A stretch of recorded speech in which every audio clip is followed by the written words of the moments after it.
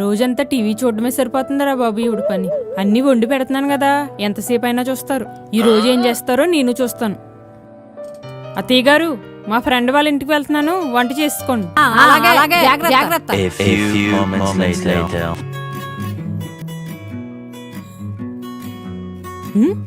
నాకు తెలుసు కదా ఈవిడ గురించి. నేను వెళ్ళినప్పటి నుంచి ఏమీ తినకుండా టీవీ చూస్తూనే ఉన్నట్టున్నారు. అత్తయ్య గారు, ఏంటి?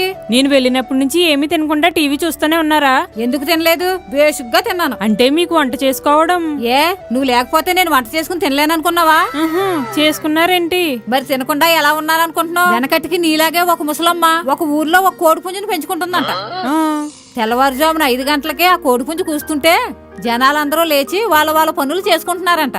అప్పుడు ఆ ముసలమ్మకి ఏమనిపించిందంట, నా కోడి పుంజు తెల్లవారుజామున కూయడం వల్ల వీళ్ళందరూ లేచిపోయి వాళ్ళ